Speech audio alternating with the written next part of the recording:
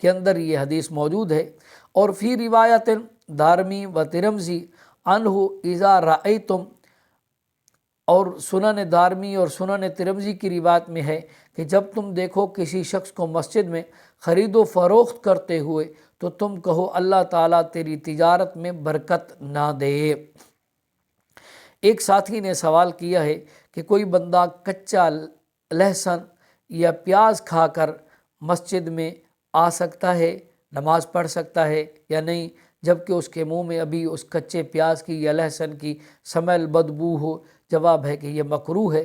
سیدنا جابر رضی اللہ تعالیٰ عنہ فرماتے ہیں قال رسول اللہ صلی اللہ تعالیٰ علیہ وسلم من اکل من هذه الشجرۃ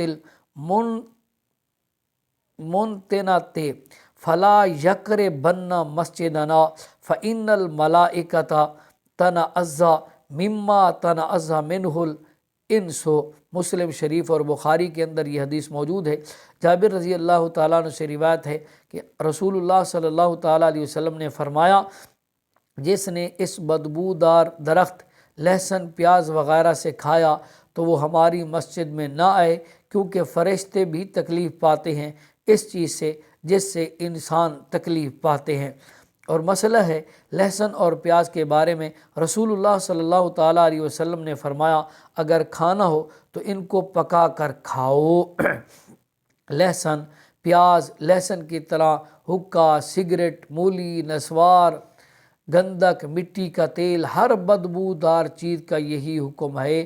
اس لیے حکا، سگریٹ، بیڑی، سنگار وغیرہ استعمال کرنے والوں کے لیے ضروری ہے کہ منہ اچھی طرح صاف کر لیں اور خوب مسواک کر لیں مسجد میں آنے سے پہلے۔ واللہ عالم بالصواب۔ ایک ساتھی نے سوال کیا ہے کہ لیبارٹری میں کام کرتا ہوں اور جیب میں بعض دفعہ پیشاب کی بوتل وہ جو بند ہوتی ہے جیب میں رہ جاتی ہے اور بھولے سے یا دانستہ طور پر وہ جیب میں ہوتی ہے، نماز پڑھ لیا ہے تو کیا حکم ہے؟ جواب اگر جیب میں ناپاک کپڑا ہو یا پیشاب کی بوتل ہو تو نماز فاسد ہوگی، نماز نہیں ہوگی۔ اور اسی طریقے پر سگریٹ، تمباکو، نسوار کا پاس ہونا بھی مکروہ ہے۔ واللہ عالم بالصواب۔ اللہ تبارک و تعالی ہمیں، مجھے اور آپ کو عمل کرنے کی توفیق نصیب فرمائے۔ اللہ کمی کوتاہیوں کو معاف فرمائے۔ وآخر دعوانا ان الحمد للہ رب العالمین۔